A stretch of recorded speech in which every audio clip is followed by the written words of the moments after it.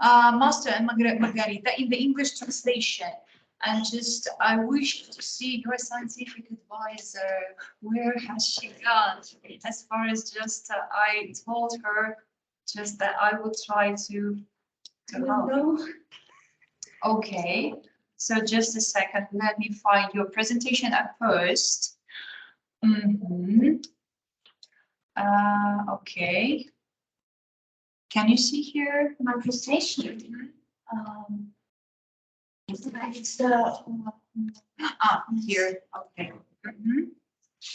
Here. Okay, wonderful.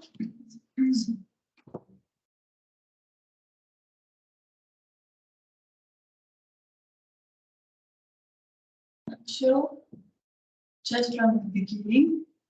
Okay. Now, let's just make it this way. Put the camera just on you. Okay. For us to see your topic. And let me see, where is your scientific supervisor? Just a second.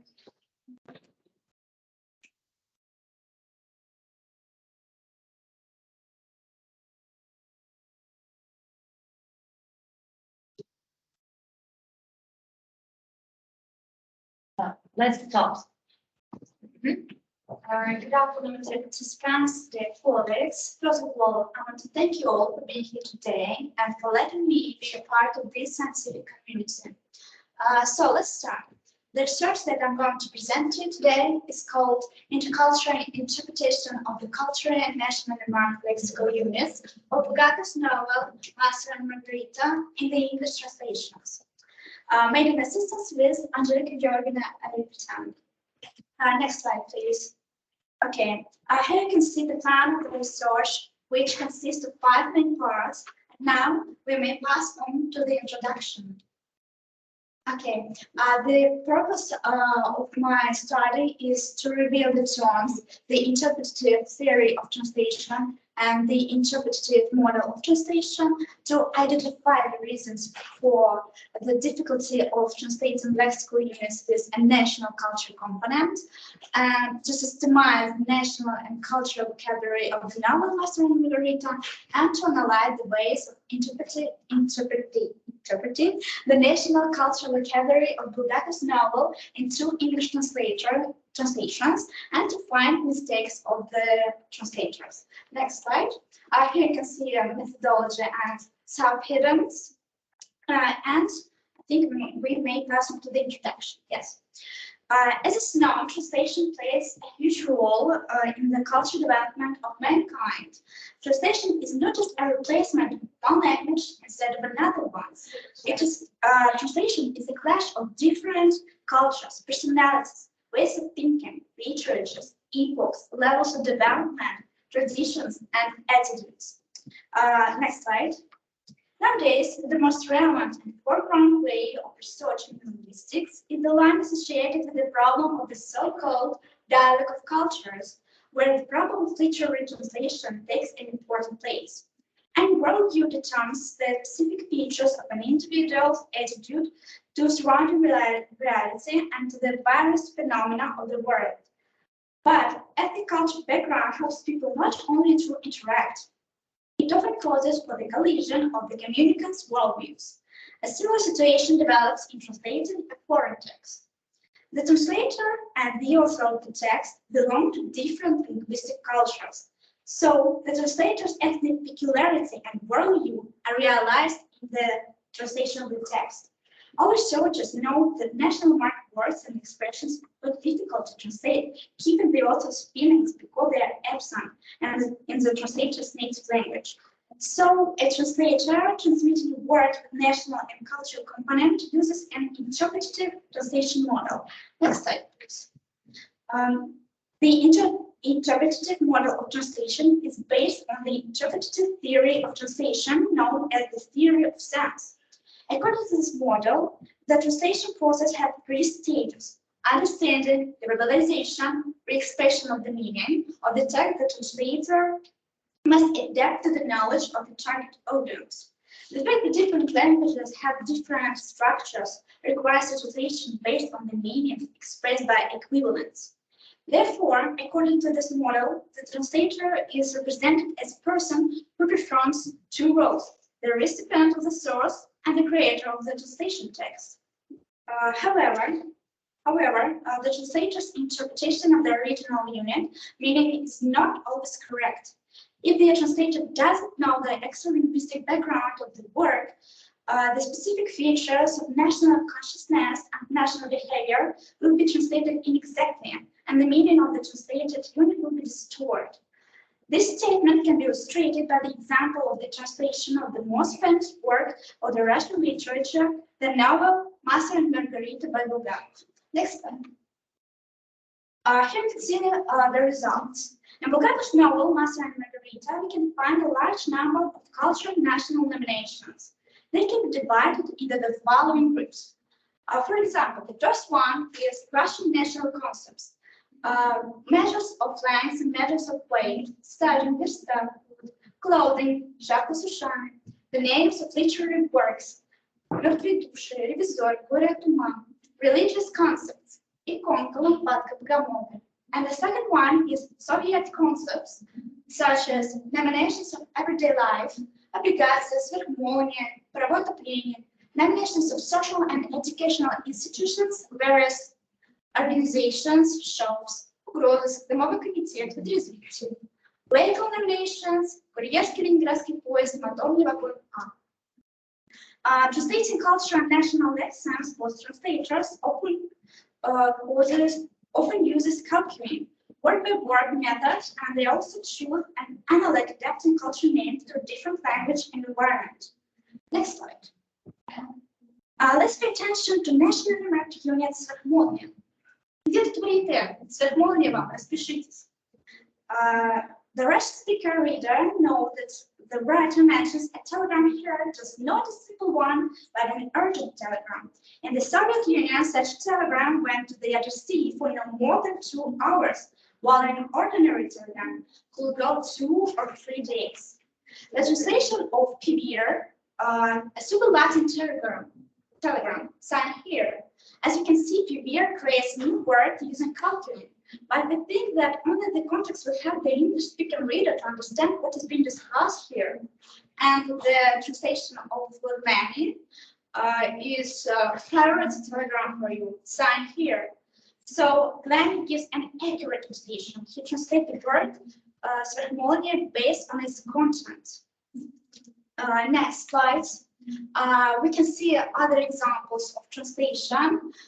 For example, Степан Лиходеев, директор театра в Ориенте, очнулся утром у себя в той самой квартире, которую он снимал пополам с покойным Берлиозом в большом шестиэтажном доме, покоем расположенном на Садовой улице.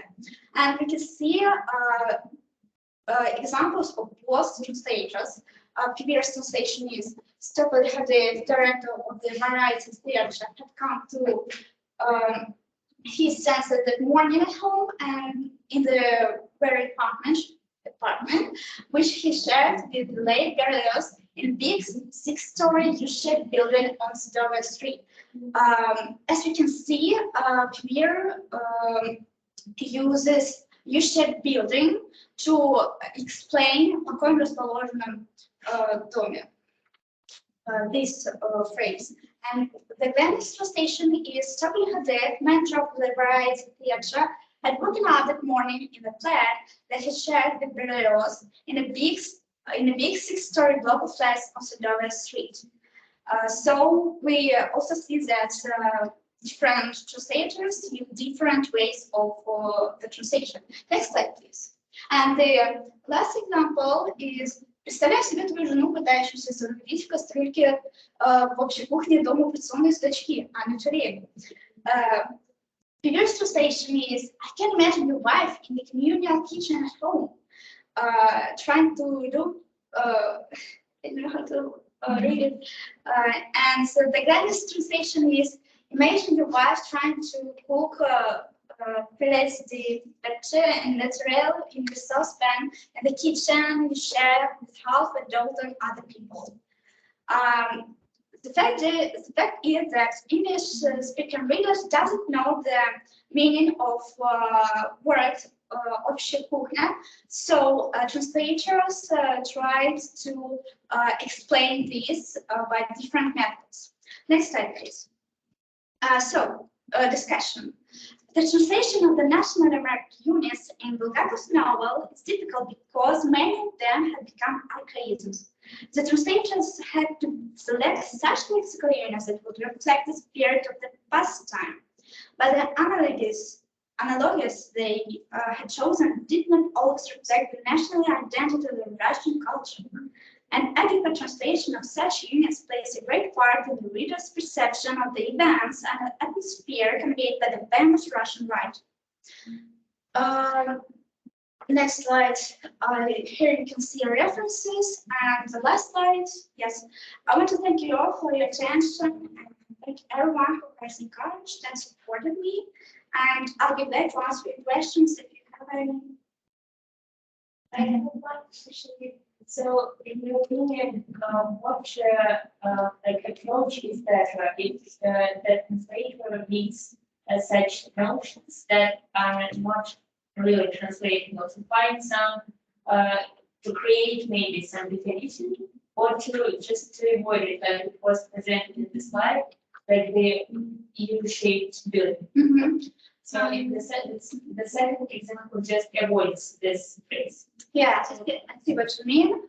Well, the fact is that I think that in this case, in such example, the best way was previous translation, because to tell the truth, he did this translation in a really creative way. If you know, home расположено means that the home has the form of a Russian letter P, and this letter is similar with English letter U. So I think that it's quite great. Well, if we talk about translation in general, I think that it's better to explain the words to non-Russian readers, because sometimes it can be really important to understand the exact word. Thank you so much for a wonderful presentation, for your material, for your research. Okay, and the next person I would like to call here is just white. Let me find you. Station. So the linguistic personality of the main character in the cylinders novel, the catcher in the rye, authors, content, and translators, transformations. So just a second, let me find it.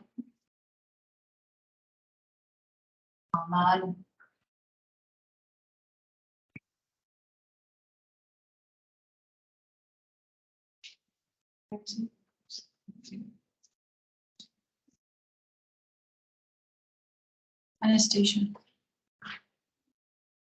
Here you are, right?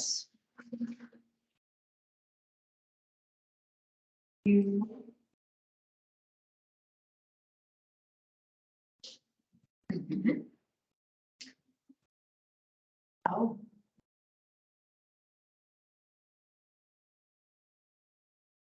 Okay. Yeah.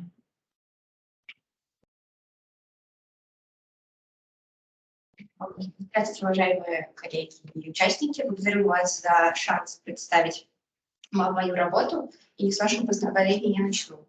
Исследование, что я представляю вам сегодня, называется The Linguistic Personality of the Main Character in the Sharon David Salinger's novel The Catcher in the Rye, Author Context and Translator Transformations, и было сделано совместно с жителями Арбитян. Next slide, please. На экране вы можете увидеть план моей презентации, который состоит из 5 главных пунктов. Это введение, цели, методы исследования, результаты и обсуждения. Сейчас я перейду к введению. Как вы знаете, язык тесно связан с личностью, ее сознанием, мировоззрением, поэтому понятие языковой личности, то есть личности, существующей в среде языка, стало предметом многих лингвистических исследований. Каждый может увидеть языковую личность на странице художественной литературы. С одной стороны, она является предметом воображения писателя, а с другой представленная в различных ситуациях общения, несет в себе ментальную культуру нации. Однако изучение языковой личности также может быть рассмотрено в контексте перевода. Здесь речь идет о языковой личности, представленной переводчиком в процессе перевода авторского текста на его родной язык. В данном случае на языковую личность героя влияние оказывает языковая личность самого переводчика, человека другого менталитета и других общественно-культурных взглядов. Так языковая личность, созданная автором, меняется, потому как переводчик переносит героя в другую социально-культурную и языковую среду. Умение увидеть и прочувствовать все нюансы оригинального текста, а затем найти наиболее точный эквивалент – самая сложная задача для переводчика. Пожалуйста, другой слайд. Цель нашего исследования – это исследовать языковую личность главного героя романа Jerome David Salinger «The Catcher in the Rye» и проанализировать особенности в его речи в русском переводе. Здесь можете увидеть методы, которые мы использовали в нашем исследовании, и теперь перейдем к основной части. Холден Колфилд как языковая личность представлен в его внутренней речи. Главный герой выражает свою точку зрения на то или иное событие и дает комментарии посредством своей монологической речи. Внутренняя речь Колфилда – это речь американского подростка, которая состоит из грубых разговорных слов, scraps, talk, литературных и лексических единиц, truth, childhood, personal и даже научных терминов, hammerhead. Главный герой часто использует слово hell, к примеру, touch as hell, hold as hell. Кроме того, мальчик часто использует в своей речи разговорное слово as в другом значении. Present my ass, loving my ass. Этими словами он характеризует окружающие его предметы, людей и явления. Оценивает мир взрослых, который, по его мнению, полон лицемерия и ханжества. Временами герой положительно оценивает окружающих его людей. К примеру, в его речи есть такая фраза, как «She gave me the pain, but she was a very good looking». Но все же в заявлениях Оптона преобладает негативный оттенок. К примеру, директор школы, по его мнению, funny slow. Следующий слайд. Однако в процессе перевода языковая личность персонажа меняется. В русской интерпретации внутренняя речь Оптона звучит с точки зрения языковой личности переводчика. Проанализировав переводы романа «Пропасть во лжи», выполненные Ритой Ковалевой и Максимом Немцовым, мы пришли к выводу, что оба переводчика по-своему интерпретировали языковую личность персонажа. Давайте рассмотрим более подробно. I was shaking like a madman. I was sweating too. When something bravery like that happens, I start sweating like a bastard. Переводя первое и последнее предложение, Рита Ковалева убрала из авторского текста эмоциональное сравнение like a madman и like a bastard, имеющие национальную специфику. Хотя в то же время она сохранила эмоциональность первого выражения, преобразовав повествовательное предложение мотивационно и добавив эмоциональное междометие к Господи.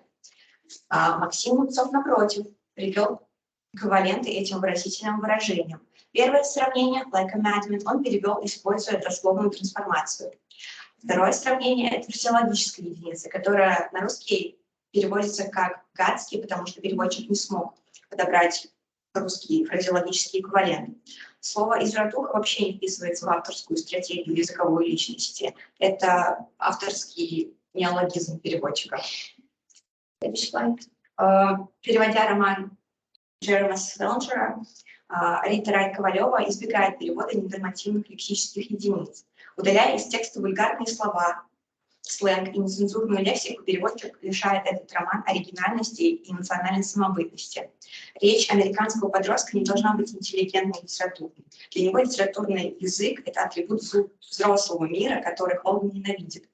Максим Немцов поэтому старается соответствовать авторскому стилю и находить эквиваленты всем вульгаризмам и жаргонным выражениям. Но его перевод также нельзя назвать адекватным, потому что Холден использует в своей речи разговорные слова, но он еще не перешел черту, чтобы использовать нормативную лексику. Следующий слайд. Where I lived at Fancy, I lived in Ossenburg Memorial Wing of the New Dorm. Как мы видим в этом примере, литерат Ковалева использует здесь слово «общежитие».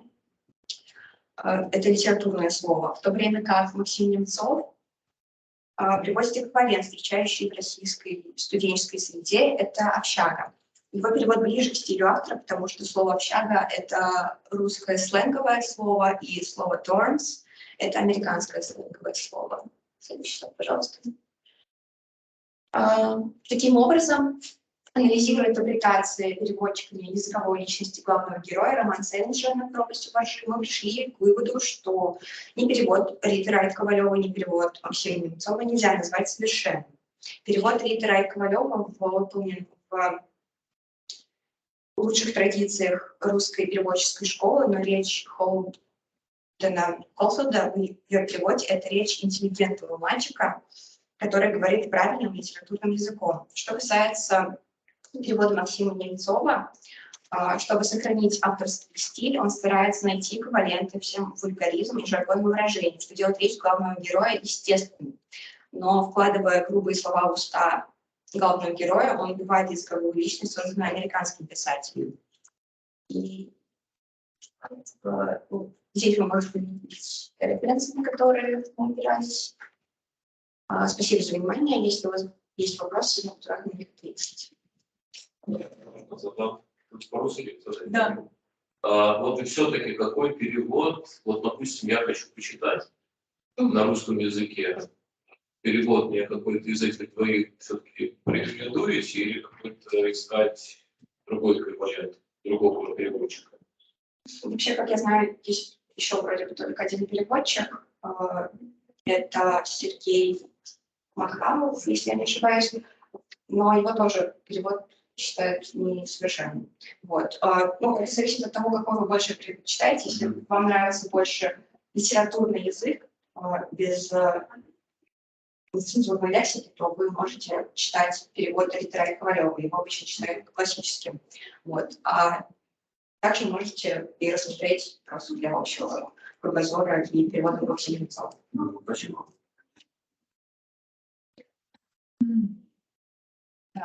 Спасибо огромное. Thank you so much for this presentation and for your research. And we move on further.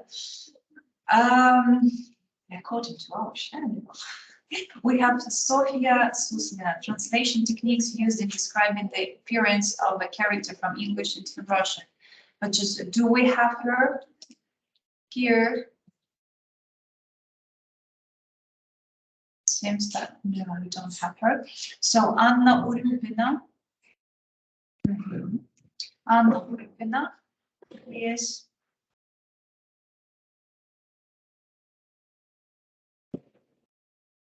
so let me help you out. This. Okay. Please take a seat.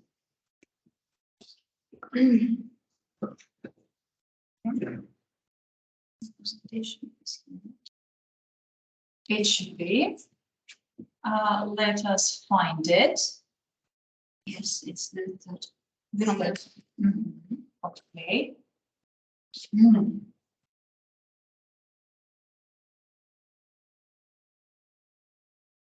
Okay, just a second.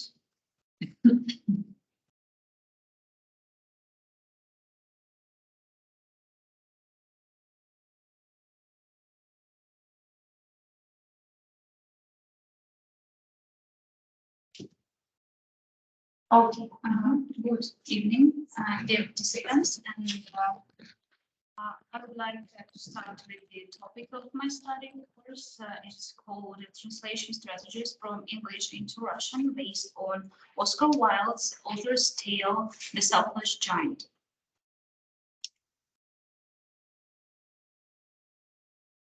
So to begin with, fairy tale discourse is of interest to researchers in the field of translation studies. And this is particularly true of authors' original fairy tales.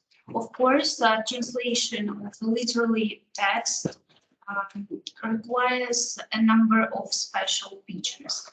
And translating a literary work, first of all, makes it comprehensible to the representatives of different cultures. Thus, it is especially crucial for the translator to firstly, to correctly understand and only then to reproduce the value system of the cultural tradition of the original text, as well as to understand the author's idiom style and the linguistic means used. In fact, translating a literary work into another language, the translator often creates a completely new literary work. This makes translating fairy tales one of the most challenging areas in translation studies. Therefore, it is particularly essential for the translators to choose an appropriate translation strategy, as well as the tools to implement it, and to consider the peculiarities of a literary text translation. We have examined Oscar Wilde's original fairy tale called The Selfish Giant and its translations by Azorsky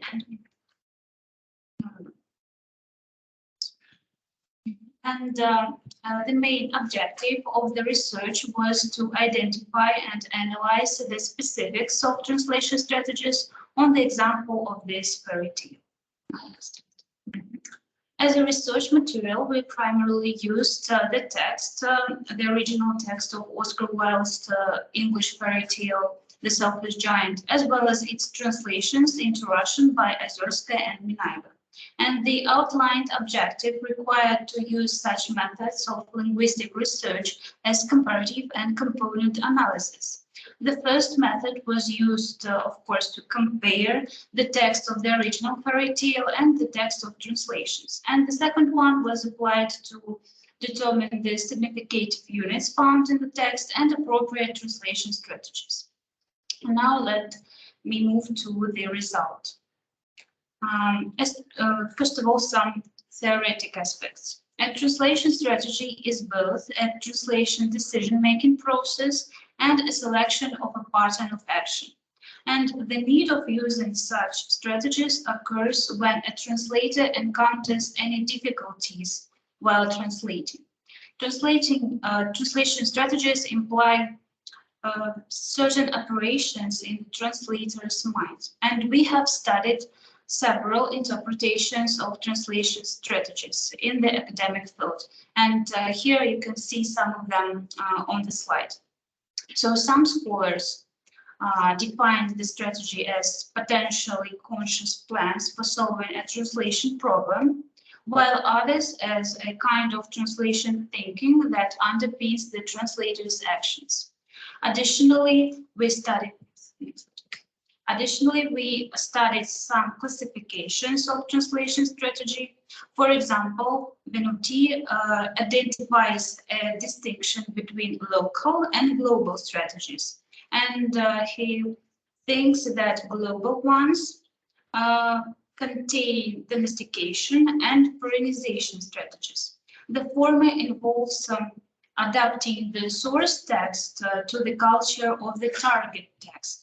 The latter is focused on the source text and aims at preserving such cultural characteristics of the source text. Translation strategies are closely associated with translation methods, as the latter are often understood as ways of implementing such author strategy. Thus, translation methods depend on the strategy chosen by the translator. Translation methods include, for example, adaptation, borrowing, calque, compensation, additions, antonomic translation, sense development or modulation, transposition, and many, many others. For the analysis of translation strategies in this study, the original fairy tale by the by Oscar Wilde was chosen, and its translations by Ozerskaya and Minayeva. And let me present some examples of translation methods that we have considered to be peculiar. The first is substitution of the gender. The translator's decision to replace the gender of the characters may be caused by various reasons. For example, linguistic, cultural, as well as censorship and moral ones. In Ozerskaya translation, for example, a little linnet is translated as маленькая коноплянка. This transformation can be explained primarily by the fact that in Russian language tradition, the names of many birds specifically refer to the feminine gender. The next method is substitution of parts of speech. The structure of the English language differs from that of the Russian language. For example, the construction of a verb and adjective is often used to convey an action in English, while in Russia a verb or a gerund is usually used. And as for me, the interesting example here is the translation of the phrase, "For his conversation was limited." For the Russian language, such construction is non-distinctive and it is really difficult to understand the meaning. So both translators, Ozerskaya and Minayeva, were forced to resort to replacing the expression with an adjectives. And Ozerskaya conveyed this as "не слишком словоохотлив", while Minayeva as "не слишком разговорчив". I think that this is more comprehensible for the Russian language. Next one is sense development or modulation. This translation method is used when the target language has a more precise option than using a literal translation. For example, the expression "she gave none." It is completely difficult to understand when translating into Russian, and it requires the transformation, of course, since there is no corresponding equivalent in the target language. And Ozerskaya and Minayeva conveyed this expression in the same way as "даже не заглянула." Antonomic translation is actually one of my favorite methods of translation, and it implies that a source language notion is translated by its target language antonym. For instance, the translation of the phrase, very beautiful phrase, "Children are the most beautiful flowers of all." Озерская translated the phrase as "Нет на свете цветов прекраснее, чем дети." And Minayeva's version is "Но ни один из них не сравнится по своей красоте с детьми." And the use of antonymic translation is not actually compulsory here, but in Russian this translation option is more common and more specific. It's like this. And some more transformations, additions, for example. It occurs when, in some cases, when translating into Russian, it is necessary to use additional words and expressions. For example, here on the slide, you can see the sentence, and this spring has forgotten this garden. And it was translated by Озерская as "Весна позабыла прийти в этот сад." And Minayeva translated it as "Весна обошла этот сад стороной." Another example is a very interesting phrase, "Trespassers will be prosecuted." And Озерская conveyed it as "Вход воспрещен, нарушители будут наказаны." It was really necessary to add the phrase "Вход воспрещен" in order to understand the deep meaning of the phrase. And the last one method I want to tell about is concretizing. And this translation transformation involves the transition from more general concepts to more specific ones. For example, the polysemantic English verb to be, it very often requires specification when translating into Russian. And in particular, in the sentence, "Today you shall come with me to my garden," which is paradise. Озерская translates the verb is into Russian as зовется, and this translation version is more understandable, first of all, for representatives of the Russian language tradition. Next slide. And here we come to the conclusion. So, after analyzing the translations of Oscar Wilde's fairy tale The Selfish Giant by Ozerskaya and Minaeva into Russian, it can be concluded that as part of their strategies, both translators often resort to the use of various lexical and grammatical transformations, in particular such as antonomic translation, additions, sense development, grammatical substitution of gender in parts of speech, and many others. The translation of fairy tales is, as you can see, one of the most difficult tasks, even for the professional translators, as it requires solving various translation problems, including the translation of proper names, gender characteristics, and the adaptation of socio-cultural realities. In this regard, it is especially important to choose the appropriate translation strategy and tools to implement it correctly. After analyzing all the methods presented here, the translators used in their translations the strategy of domestication and adaptation strategy. A domestication was applied for interpreting the plot and characters of the original fairy tale, and adaptation strategy was used by the translators in order to reproduce some certain aspects that do not coincide in the cultures of source and target languages. As a result, the translation was perceived by Russian readers more clearly and more accurately. Thank you for your attention. Thank you so much. Dear colleagues, the questions? After now, everyone is tired. Yes. We scheduled for the questions. Thank you so much for the presentation. Such kind of deep material and detailed research. Thank you so much. Dmitry, you're welcome here to present your item on manga translation as the way to popularize Japanese culture. Yeah, I think I'll show some pictures to everyone because everybody started. So just a second. Let me find. Here we are. yes, Okay, I think just I'll let say. me. I don't like to see when I'm nervous. No problem, no problem, as you wish. So just a second. And here we are, the slideshow. Okay, that's how we do. Here it is. Dear colleagues and guests, I have written good afternoon, but I think this evening already. So good evening, and now I'd like to tell you a little bit about results of research manga translation as a way to popularize Japanese culture. Next slide. Yeah, thank you. The relevance of that research are connected with growth of people in Russia reading comic books. Last year's anime or Japanese animated films becomes very popular in our country, and we should remember that manga is the mainstay for them. And of course, people who don't know foreign languages, especially Japanese, prefer to read literature in their native language.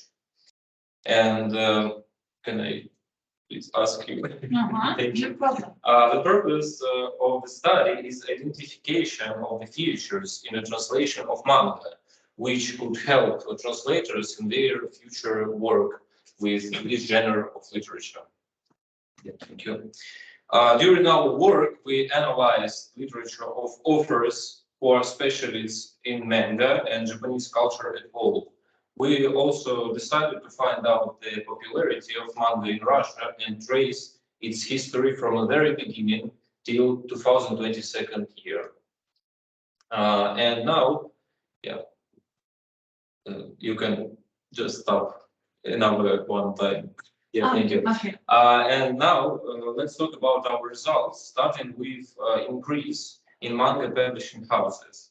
It's interesting that after the Soviet Union collapsed, there was only one publishing house on the territory of Russia that produced manga. You all know it's called Exmo. But manga was not unique literature of that publisher, and in the period from 2008 to 2010, 6 publishers were opened, printing nothing but manga.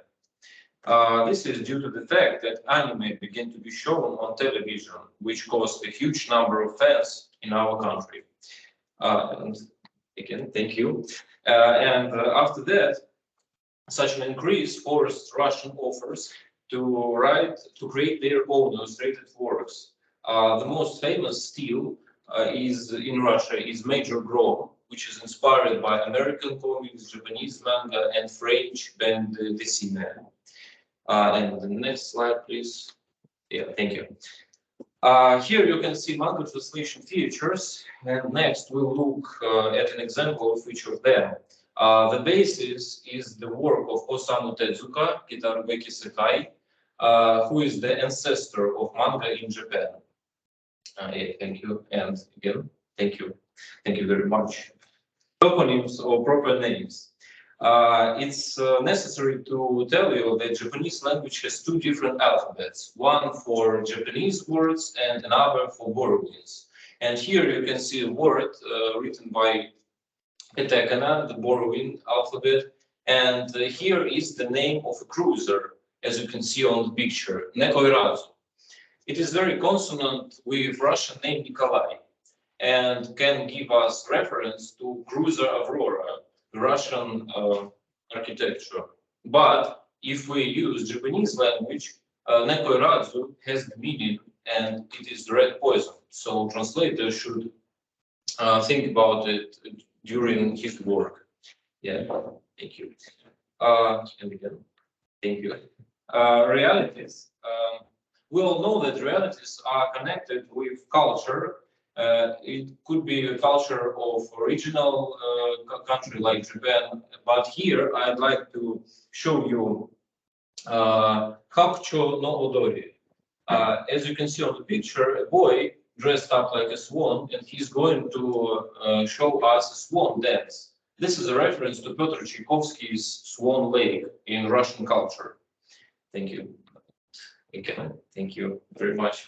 Illustrated books are unique in having onomatopoetics, or in simple terms, it is the sounds. Like you can see on the picture, Goro Goro. It is the sound of thunder, but in Russian language, we don't have the same equivalent, so it is acceptable to use a description like thunderclap. And I'll tell just a little bit about humor, because it's a very specific. Yeah, thank you. It's very specific, and usually it is connected with syntax difficulties. So here, manga can help us because here we can see the situation by the illustration. And the girl is crying because she wants to cry. Yeah. And the last but not least, dialectal features. We have chosen, yeah, can you just twice? Thank you. Dialectal features, and we have chosen Naruto, written by Masashi Kishimoto, because that's the most famous manga in the world and in Russia also. And in the middle, you can see the picture of a Russian cover of the first volume of that book. And Japan is famous for different dialects, but Kansai dialect is the most famous and the most popular in Japan. And in Russia, it is used while teaching people Japanese. But in the end of phrases, characters of Naruto use Chugoku dialect, and you can see ja, da instead of ya in Kansai. Translators should notice that to translate speech properly and not making any mistakes. The author of Naruto, Masashi Kishimoto, comes from Okayama Prefecture, where Chugoku dialect is much is very popular instead of Kansai dialect. And talking about conclusions, we can say that manga is being introduced deeper into our culture, and nowadays this trend continues to grow. Translators need to pay attention to every aspect of illustrated literature, like I have said before. And of course, we can see that knowledge of Japanese authors about our Russian culture, like Aurora, Cruiser Aurora, or Dr. Tchaikovsky's Swan Lake. Also, I think that is all. I also have references. And thank you very much for your attention. I'm ready to answer your questions. Thank you. Thank you so much. Wonderful presentation. Okay. Do I have some questions? Come on. As for the usage of different dialects by different from the characters, should the translators consider only the different variations of words, or also the stylistic element? So is there a stylistic element, and should it be considered or not? Yeah, I understand the word. Thank you very much. Talking about dialects, I'm actually, to be honest, I'm just at the beginning of learning dialects of Japan, but I can say that the problem usually connects with can I say in Russian, if it's okay? Проблема обычно состоит в том, что переводчик, например, не знает такого, существуют диалекты, где, например, такие слова, которые переводчик вообще даже не предполагает, что это такое, и в таком случае, чтобы не сделать ошибку, ему приходится обращаться к изучению диалектов, о которых нам известно очень мало в Японии. В данном конкретном примере я боюсь, что роли не играет, потому что окончания, они, как правило, здесь главное не спутать вопрос, задает персонаж или это утверждение.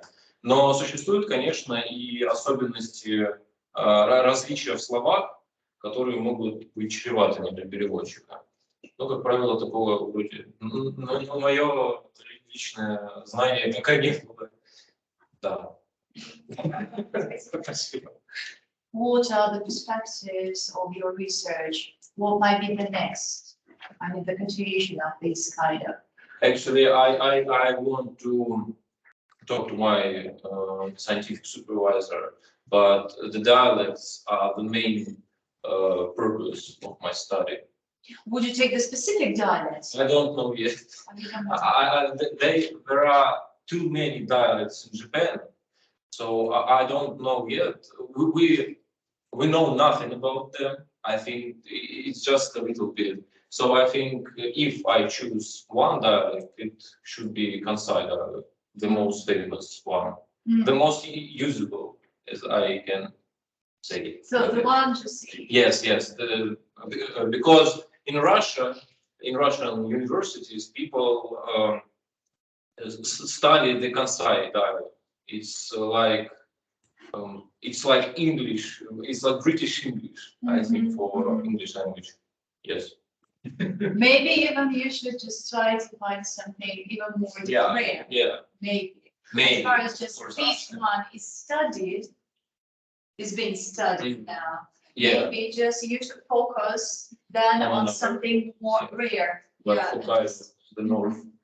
It might be more difficult, but just the novelty of your item will be just over questions, you know? My scientific supervisor said this. Okay.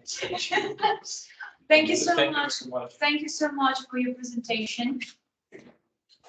Okay. The next one, Dana, are you here? Dana. О, здравствуйте. Вам слышно? Yeah, we can hear you. Just let me. Will you present your topic on your own? Just would you like to share the screen, or just like me to help you? How is it better? Ой, сейчас. Тана, вы мне присылали презентацию? Я вам слышу, вам слышно? Так, вы меня не слышите? Тана, Да, я могу вам слышно. вы Я- меня слышите? Хорошо, а вы мне присылали презентацию, потому что у меня ее нет. Если вы можете со своего экрана демонстрировать. Сможете? Да, я могу сама Отлично. поделюсь. Сейчас. Сейчас. Итак, Тана, Институт иностранных языков, «Зеркало эпохи» в произведении Михаила Булгакова. Да. Почему здесь... Я вам посылала через почту. Я уже посылала. Вы можете посмотреть? Хорошо, секундочку. Не знаю, почему здесь не могу поделюсь. У вас сверху есть меню, в котором написано «Поделиться». Да. Наверху. Если вы нажмете, то у вас включится, да, вы там должны выбрать, ну, например, рабочий стол. Да. Если вы выберете, то я смогу увидеть вашу презентацию. Тана, в почте не вижу вашей презентации. Когда вчера вам отправила, и сегодня... Все, увидела, Тана, увидела. Сейчас, секундочку, я вам помогу. Хорошо, спасибо.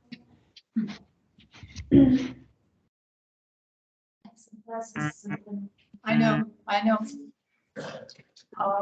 Just let me call you afterwards, okay? I'll write you down.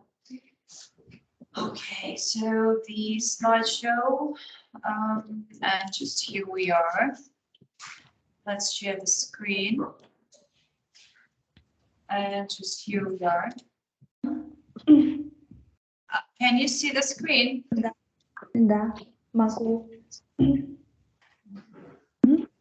Так, здравствуйте. Моя тема стадии – это «Зеркало эпохи» в произведении Булгакова. Можно следующее. Так, цель заключается в том, что анализ основных особенностей Булгакова в его произведении, в явлении его стиля описания на китайских писателей. Еще можно следующее. Для этого у нас две задачи. Первая – это изучать развитие переводческого творчества Булгакова в Китае. Второй – это анализ особенностей в произведениях Булгакова и обсуждение характеристики привлекательности творчества. Так, можно еще. Методология данной статьи основана на анализе и обсуждении творчества конкретного автора с использованием описательного подхода, предполагающего обсуждение языковых фактов и их анализ. Можно следующее. Здесь это развитие переводческого творчества Булгакова в Китае. С творчеством Булгакова китайские ученые познакомились почти на 10 лет раньше, чем массовые читатели. В 1975 году Дong Даомин в журнале «Зарубежная литература.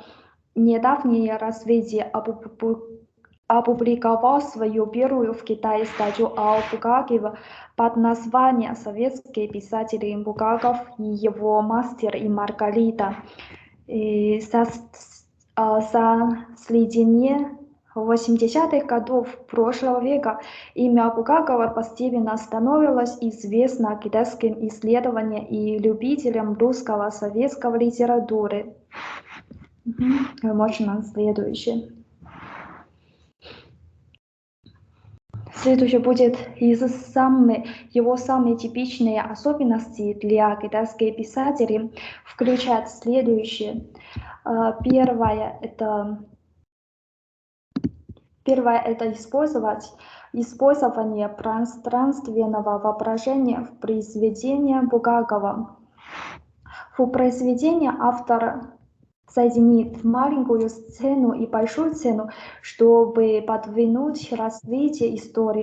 Ну, например, в произведении «Собачье сердце» маленькая сцена – это частная хирургия доктора Филипповича, а большая сцена – это комитет по управлению квартирой и место за пределами хирургии, куда собака, Шарлик. Алло. Эти маленькие сцены и большая обстановка независимы друг от друга и не мешают друг другу, но в каждом из них романах Булгаков выбирает события в качестве точки конфликта, чтобы нарушить мир и равновесие между двумя пространствами, вызывая конфликта и во время связывать два иначе разномерных пространства. И эти миры и сцены можно интерпретировать как микроскоп всей среды, одну из 10 миров, составляющих большую среду, которая детально и образно воспроизводит состояние, характеристики и психологию персонажей большую среды и управляют вещами через описание маленьких сцен. Так, и можно еще следующий. И второй типичные особенности произведения Булгакова – это он использует иронию, как, например, в произведении «Мастер и Маргарита» везде отражено, что здесь везде показана коррупция чиновников и нацеленности на прибыли простых людей. Еще в произведении «Ликовые яйца» там есть и директор совхоза Рок, который даже не знает яиц, едва не уничтожает страну, когда вызовет большое количество питонов и крокодилов, чтобы в короткие сроки развить советское пищеводство. Он выражает высокую картинку и стилю на реальный мир, используя свои уникальные взгляды, чтобы увидеть скрытную грязь и реальность их душ и обнажить уродство человеческого духа. И он обнажит уродство реальностью мира, как глубоко заботу автора о реальности, об исправлении уродства деятельности. Пронизанную его конечной заботой о судьбе человечества. И спасибо за внимание. Спасибо вам большое, Тамара. Для вас очень сложно выступать на русском языке, но вы справились. Это здорово, большая работа проделана. Спасибо огромное. Ребят, коллеги, гости, есть вопросы? Хорошо. Спасибо большое, Тана. Ждем вашей публикации. Так. The next one. Артем. Thank you so much. So, yeah, if it's possible, I would like to. Just from here. No, Just to sit, sit. To yeah. sit. Okay. No problem.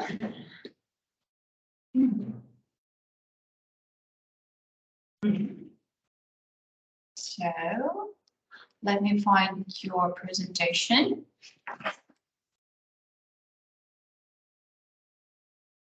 Here we are. Can you help me? Sure. Here it is. Okay, wonderful. And 1 second.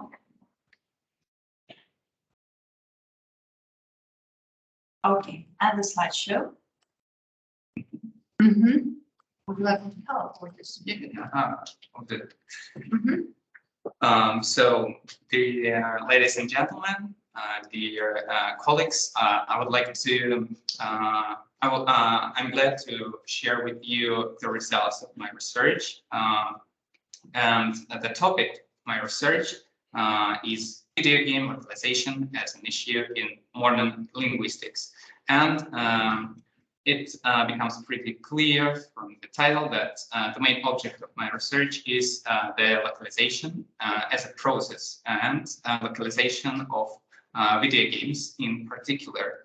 But why was the research conducted exactly in this area? To answer this question, I would like to head on to the relevance, and I've divided it into 3 parts.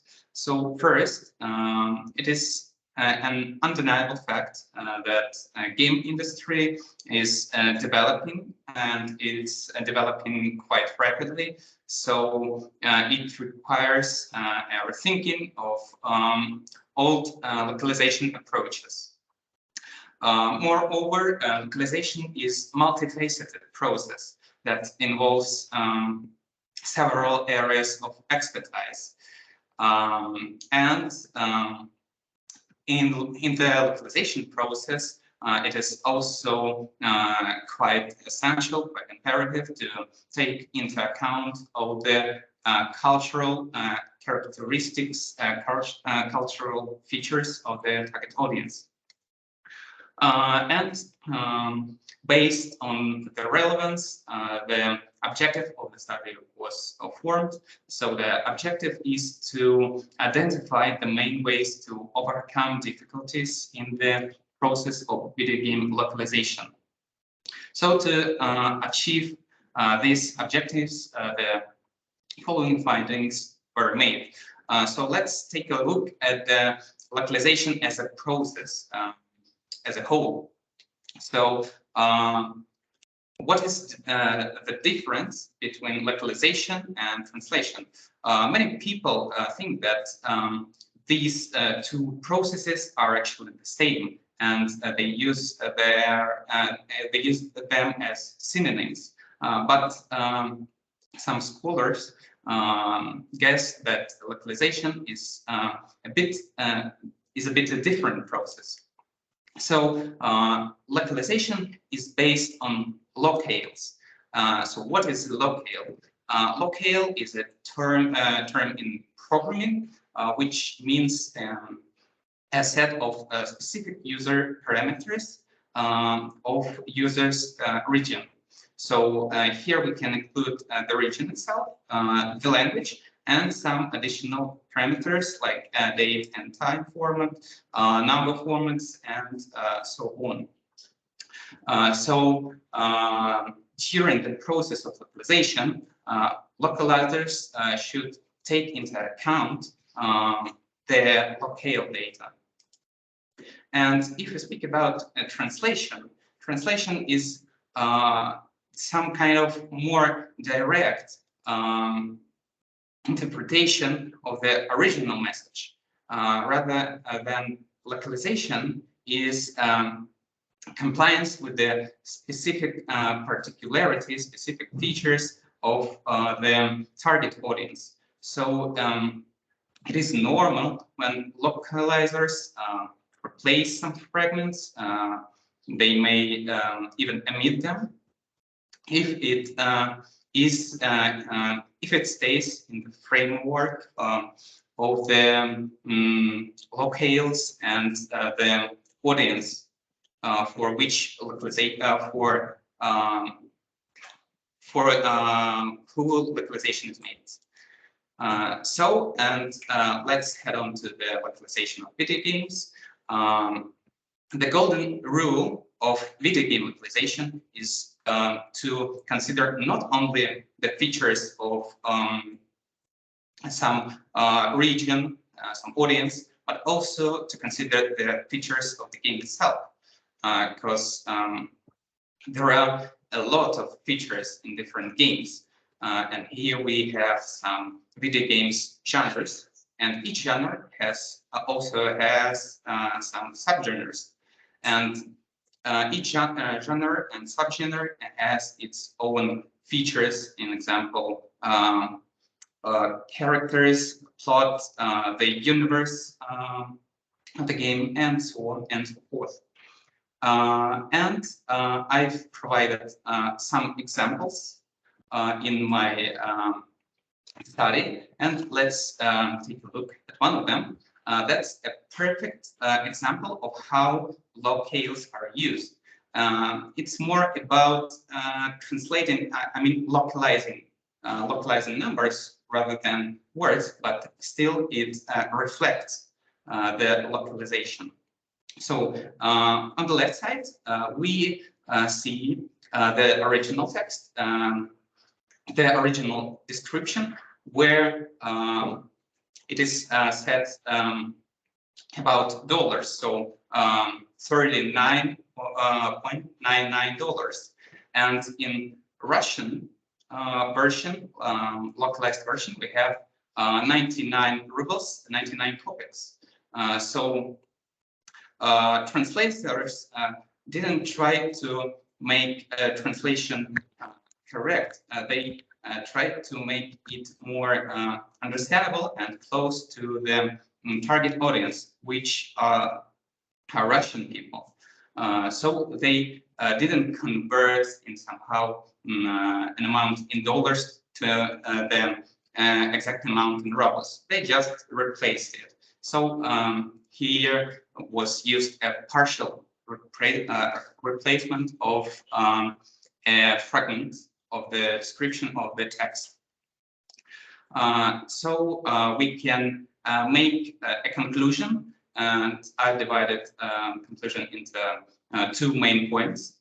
The first point is that localization requires not only a good translation, which shouldn't be very close to the original text. It just should reflect all the cultural aspects of the target audience, and also the features of the game itself. And the second point is here we see some ways to overcome difficulties that can occur during the localization problems, during the localization difficulties. But these ways aren't the only ones. So there are still some difficulties that cannot be solved by using them. And this leaves some more space for the further research in this field, in this area. So if you're interested in my work, you can read it, you can check it, and I've provided more examples. I just didn't include them into my presentation to save some time. So I've used this game as sources and main sources, and here are the references on which my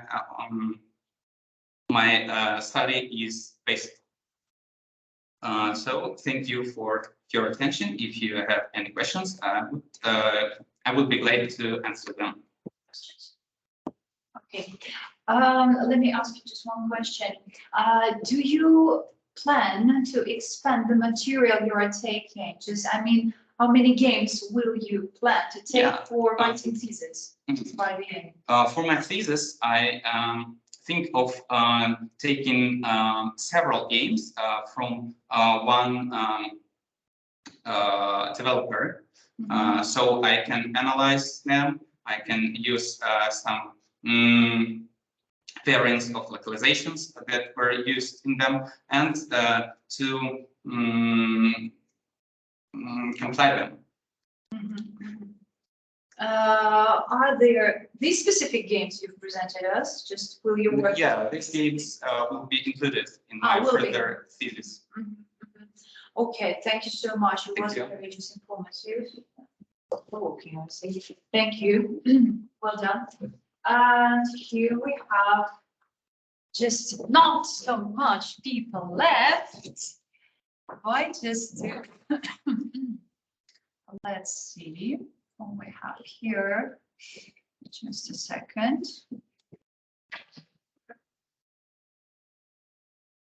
Okay, and so we have Pavel and Alina, right? Right. So Pavel, please. Alina, you are the next one. And Alicia, you are the last one. I sent the presentation. Okay, yeah, I downloaded, don't worry. Yes, I resend it. After Once again, you- just written. After you wrote me, I got it, I sent one more time. I guess that just, You should have the book on slide 7. Can you check? is it the one? No, I think it's an old version. I was in a rush. I had to. Okay, let me check it then. Final, here we are. Yes, this is definitely. This is the one, and let's open it at once. Okay, here we are. Aha, here the book. Yes, I Okay. tried to do this. Uh-huh. Was a bit short on time, so I believe it you were. made it through. Okay, so just a second. Once again, the screen and the slideshow from the very beginning. Here we are. So would it be comfortable for you to sit here? I'm rather take a seat. You would rather take a seat. Okay. Then just The slides. Yeah, with yeah. Arrows. Okay. So, first of all, a little kind of an introduction. My PhD work is connected with Americanisms, American song discourse, and basically song discourse in general. I talk about linguistic features of song discourse mostly, but in this particular work, we will perform a semantic analysis of verbal iconic texts and the relevance there. You can see on the screen. Basically, let's start with the main thing. This search is that we will look at the popular song lyric. Popular in our presentation is something that is widely known, widespread, and appropriate to public symbols. So, song is basically a mix of verbal and musical creativity, and the lyrics of the song should have like a united chain of different meanings and different signs with the coherence of the language. So, song discourse today is viewed as the combination of verbal and musical spheres. So, we will approach this problem through legal culturology. This term basically denotes and studies the relationship between the culture and the language. So the aim is on the screen. And in terms of legal cultural approach, the study of song lyrics with this approach will be meant that we will perform a functional approach as a song text is an important functioning unit of culture. And text has unlimited possibilities here since it affects linguistics, it affects social sphere, cultural sphere, so it has a huge value. So the object, American song discourse, and subject is song lyrics. But we go here, we will talk about musical clips from the point of view of current trends. And music videos is basically all of this. It's basically a complex semiotic of natural or artificial language, including written speech, oral speech, and basically any other form of realization. It can also include any science system in general. Text can be expressed in any form. It's basically a sign that is that has a certain content that is correlated with one of the areas of the language and is directed to the addressee. And I want to have your attention on this particular book. Basically, scientific literature on music video clips, not on music in general, not on Americanisms and music, not on slang in music, its meaning, but the music video clips, especially on the semiotic and cultural level, is very scarce. It's not a lot to read about this. So this short note by Natalia Samurina mentions only one work of this kind, which considers the general problem on the material of music videos. It's basically a book which tells us why women in most of the music videos have this specific background or clothes or this particular colors are used. And this is a very important to note that it's basically the only book I've found in this field in the analysis of music videos. And it's hard to get to the strict conclusion about music videos in general, because song has melody, text, but the video has imagery as well. So we can say that the music video is a special form of syncretic verbal iconic video text. Syncretic is basically a different school of beliefs, school of thoughts. For example, in my own words, we can take a wolf, and wolf in some countries considered to be something evil-like, and in some countries it's considered like a defender or something good. So this basically syncretic, it's something different, connected with ethnicity.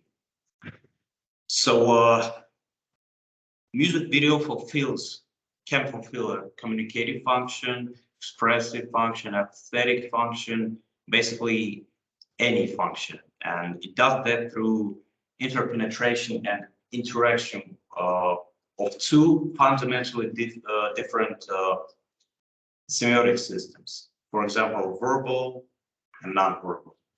And video text in general is a lot more complex than a song without the video material, because video text is made with the help of cinematic codes. For example, light, plot, plan, montage, frame, and etc. So also, yes, also video clip includes kinetic nonverbal signs such as dancing. So from linguistic point of view and a linguistic analysis, it's basically content analysis, because it's hard to go in depth. And finally, let's talk real quick about the Beatles, A Day in the Life. So let's analyze it real quick. So the first verse of the song tells us about the story of an unknown man who was in the car accident. And he blew his mind out of the car. He didn't notice that the lights had changed. A crowd of people stood and stared. So in this footage, in video footage, we have different lights and illustration of the road. Lights are changing with the help of superposition effect. And this technique can be used in different ways, and people can assume different thoughts on this particular video clip. So, for example, next, after this, there's a line. English army had just won the war. And we can see the children in this clip. Would be better to include the video, running with toy guns.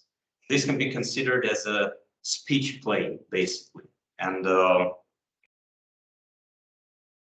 conclude, to cut the long story short, in music videos, speech play is much more common. For example, if you listen to the music, you hear the line English army had just won the war, you have 1, 2, 3 different thoughts about it, different perceptions. But when you watch the video clip with some toy guns, etc., it concludes some basically much type. It has some speech plays, etc. So the music videos is much harder to analyze, and that's why I wanted to try to do it and focus on music clips as well, not only songs. So we have the conclusion on the screen. Basically,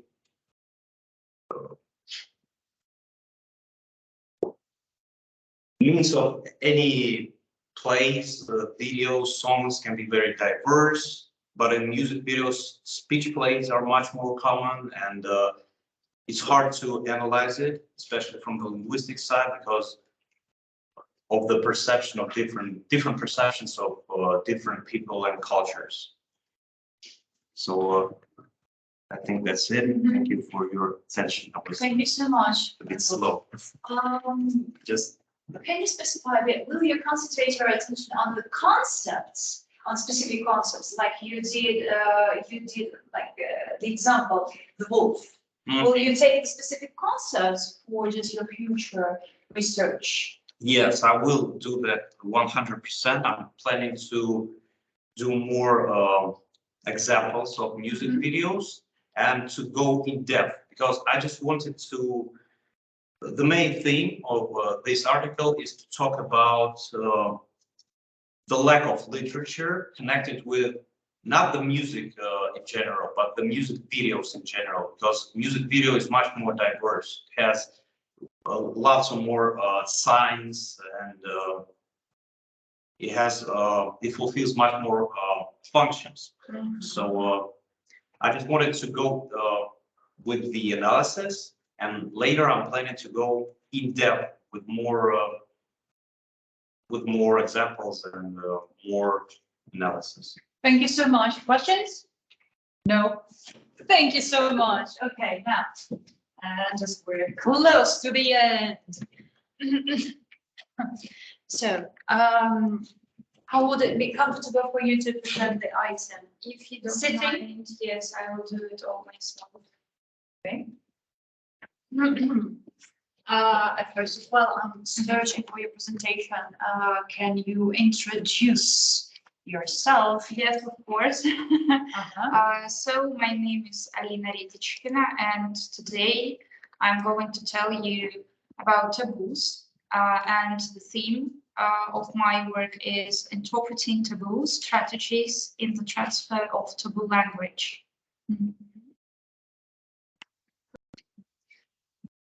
In case just it won't work once again. Okay, it's not sure. Here we are. Yes, so we will start with a brief announcement of what will be discussed about. First of all, a disclaimer that as far as we are going to talk about taboos, this presentation may contain language that could be offensive to some of you. So I'm sorry in advance. So the purpose of this work was to clarify the definition of taboo, its types and features, as well as the derivation of translation strategies. And moreover, we were faced with an assignment of finding out whether the interpreter is a bridge between countries and cultures. So raising awareness of what is taboo, be that spoken or body language taboo, and what could happen if taboo was not dealt with correctly during interpreting events, should help interpreters in accepting the need to interpret such things. And well, most research on taboo has been in the field of social linguistics, mainly studying the origins of taboo words usage, and about reasons behind the use of such words, discussing the effect of their use on society. But not much is found regarding methods of translation. That is why it is very difficult for professionals to deal with taboos. So let's start with defining what is taboo. According to Oxford Advanced Learners Dictionary, it is a cultural or religious custom that doesn't allow people to do, use, or talk about a particular thing as people find it offensive or embarrassing. And that is the best definition as far as it describes from where the taboo comes. So it's cultural, mainly religious, and that people may be embarrassed when talking about it or when hearing about it. There are many different classifications of taboos, but unfortunately no one has yet deduced a universal one, and in this study we will rely on the classifications presented in the slide by Edmund Leach and Anna Brontes, according to which there exist 3 types. According to Edmund Leach, dirty words, words that have to do with the Christian religion, and words that are used in animal abuse. And according to Anna Brontes, these are fear-based topics, shame-based topics, and politeness-based topics. Well, some scientists discuss bad language, indicating that sometimes swear words cannot be interpreted literally, as they are used to express emotion rather than for the sake of swearing. So if a person uses, for example, excuse my French, the word shit, it is suggested that we need to free this term of its literal meaning, and we should use it to express emotions and attitudes of the speaker. Although taboo is about words and expressions we are not supposed to utter, we find that people use taboos in their everyday life. They use them daily, and the use of taboo reflects many aspects, such as a person's emotional state. For example, at the time of uttering such terms, he or she may be angry or frustrated, or it can simply be an indicator of the speaker's values or beliefs, or even their personality.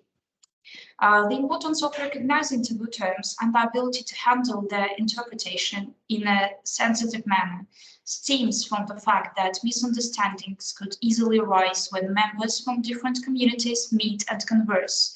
And, well, while one speaker may utter a phrase that indicates something warm and very good in his or her own culture, it may be quite offensive and insulting to the member of the other culture. Moreover, in some societies, taboo can also be things that are not used or words that have never been said.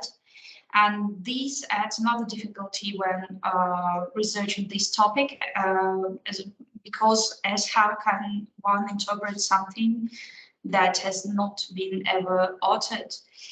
And currently, interpreters make their own decisions regarding the extent to which they interpret taboo units, such as, for example, swear words, or words implying bodily functions, or words of sexual nature, not really realizing that the effect of it, if they're omitted, may cause serious damage during communication. A study conducted by Hale shows how interpreters perceive their own roles. There was a questionnaire and about 293 participants took part. You can see the results in the slide, and according to these results, 34% of interpreters answered that their role was to interpret faithfully and accurately, and that it was not their role to explain cultural nuances. When 24% went as far as to say that their role was to ensure that communication has occurred, but not necessarily to ensure that the information has been understood, and that is very strange. 18% see their role would extend to educating the parties at the cultural level if the situation necessitated it. And the last two categories said that they consider themselves both as cultural bridge among all parties, or they believe that interpreting taboos, breaking the rules of their code of ethics. And now let's have a look on the translation strategies. According to the collected and analyzed data, professional interpreters and scientists derive four main strategies. These are taboo A for taboo A. So convene the meaning of taboo in language one using the same taboo in the second language. The next one is about convene the meaning of taboo in one language using an equivalent. In another language, our favorite euphemisms, that is to say, softening the impact of the potential taboo and the avoidance. So to ignore, to translate taboos and carry on translating other sentences, utterances. And I decided to take a look at the example. So, for example, it was the name of the article published on one of the famous mass media of Britain. So McDonald's is under fire for releasing talking minions toys that appear to say what they're in general, we can use only three strategies in here because we don't need to reinvent the bicycle and to try to catch the equivalent taboo in Russian languages, because it is very clear for us. So you can see all the variations of translation in the slide. I will not read them. And moving next to the question, why should we be cultural ambassadors as interpreters? Culture is usually not a part of interpreters training, as you might know, because we usually pay attention to grammar, to some vocabulary, etc. And cultural aspects are usually pushed aside. And theorists have differed greatly about the extent an interpreter should go to in order to facilitate communication amongst all parties involved. So clarifying the role of interpreters is relevant when deciding whether interpreting culturally linked matters such as taboo should be interpreted or should be not interpreted. And as seen earlier, choosing to not interpret taboos, which may not be uttered but applied, can be destructive for communication. It might have dire consequences, and even if we're talking about some major conferences, it may have dire consequences in legal and financial aspects. So speaking about interpreters as cultural mediators, interpreters are there to explain cultural differences rather than pretend that those differences do not even exist. So let's sum up. Let's sum up what we have discussed today. Taboo is a ban on something, usually against an utterance or behavior based in a cultural sensibility. Taboos are a part of language and can come up at any time during the day, during the communication process, whatever it is. Taboos that are meaningful should be conveyed across language and culture whenever possible with proper strategies. And when bridging cultural gaps, interpreters must be careful not to over-interpret and to add value judgment and to avoid ambiguity. Thank you for your attention. If you have any questions, feel free to ask. That's it. No questions. Okay, one question, small question. Okay, if you can, try to answer briefly. If we talk about taboos, just maybe you know some kind of statistics, actually just about the gender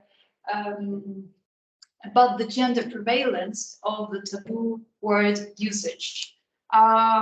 Well, I guess it won't be a secret that mainly if we're talking, for example, about some huge conferences or some political events, the prevailing numbers of participants are men.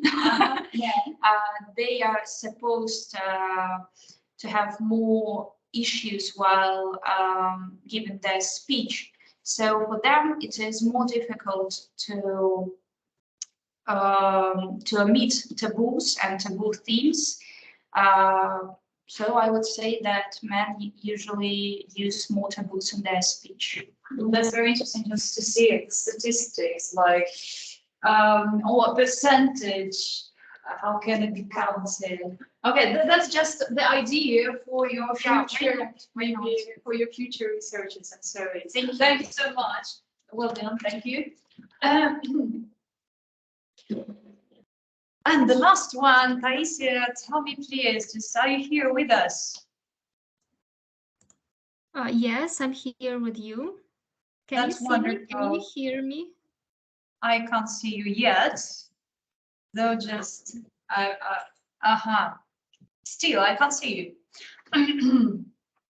So my camera is turned on. Okay, don't worry. So just I will open your presentation. As far as just we have presentation, and we can hear you pretty clearly. There shouldn't be any kind of problems. Now here we are. Yes, wonderful.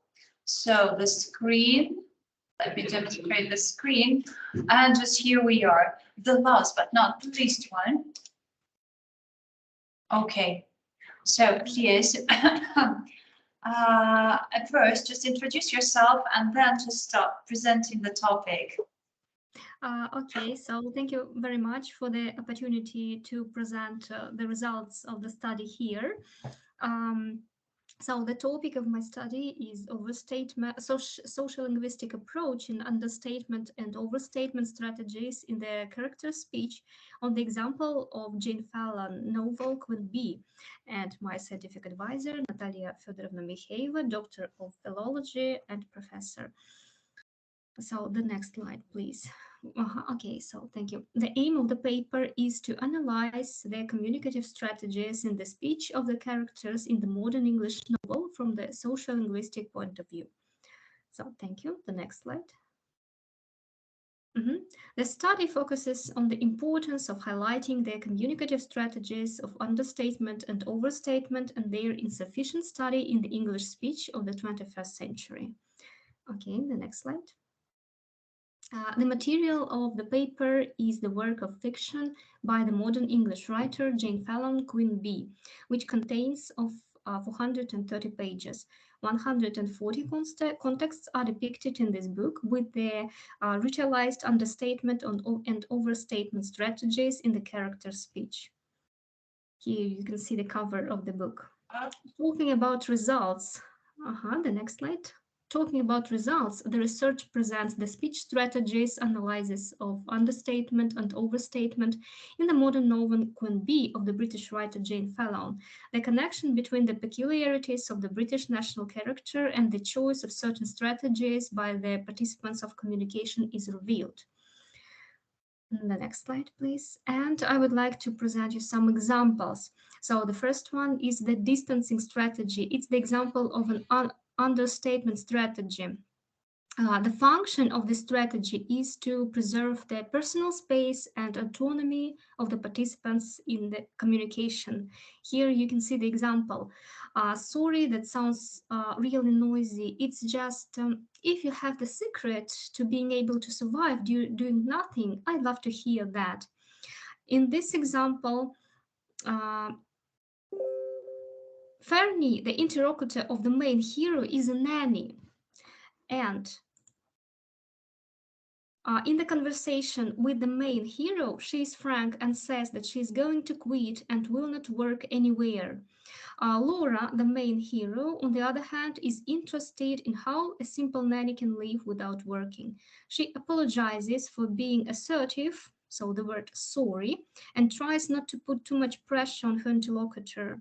A pause, the emphatic evaluative particle just, and a humorous explanation of the reason of the questions. She is just interested in learning the secret of a comfortable life without work. So here you can see some means with the help of which the distancing strategy is presented in the novel. So the next slide, please. The example of an overstatement strategy is presented here, a strategy for creating comic effect. He is about 110, has probably worked here since he was 14. Gollum looks at her expectantly. In this example, the main hero is describing a pawnbroker to whom she wanted to sell the ring. For a vivid description of the narrative, the heroine uses an overstatement, which is expressed with the help of hyperbole. He is about 100 years old. She humorously compares the pawnbroker with Gollum, who is obsessed with the ring, so she uses a metaphor. According to Ilya Romanovich Garperin, metaphor is the transfer of the meaning of one word to another. Both the pawnbroker and Gollum, the famous character of the fantastic trilogy The Lord of the Rings, have passionate desire to possess the ring. These stylistic devices allow the author to create a convincing image of the character. Thank you. The next slide. Here in the slide, you can see the results. The modern representatives of the English culture use understatement more often than overstatement. We have 93 contexts of understatement and 47 contexts of overstatement that are presented in the novel. That is 34% less. After analyzing the character speech of the modern novel, it can be concluded that communicative strategies of understatement and overstatement aimed at distance and reapproachment with the interlocutor, and they are widely used by the English people. So thank you for your time. Taisia, you are the winner today, to be in the time limit of 5 minutes. Yes, I understand. Due to the fact that it's late, I think that it would be better if I would be So brief. you cut your presentation, yeah, as far as I understood. Hmm? No, you have cut your presentation, right? As far as I understood. No, I just added something into the slides. Okay, thank you so much for your material, for your research, and for presenting it in a pretty short limit of time. Thank you. My dears, do we have questions? No, I guess not, just because everyone is tired now. Yes, I see. So thank you so much for joining us and just to share our experience of this section together. So we'll see each other in March when we have another conference. And just now, I wish you good luck with your researches and with your future in your future scientific path. And just see each other soon. Thank you so much. Thank you so much for the opportunity. Всем большое спасибо за участие в конференции. У нас сегодня было достаточно плотно, да, и насыщенно на этой секции, очень много участников, вот, поэтому мы закончили практически практически в 6 часов, да, уже практически ночью, можно сказать.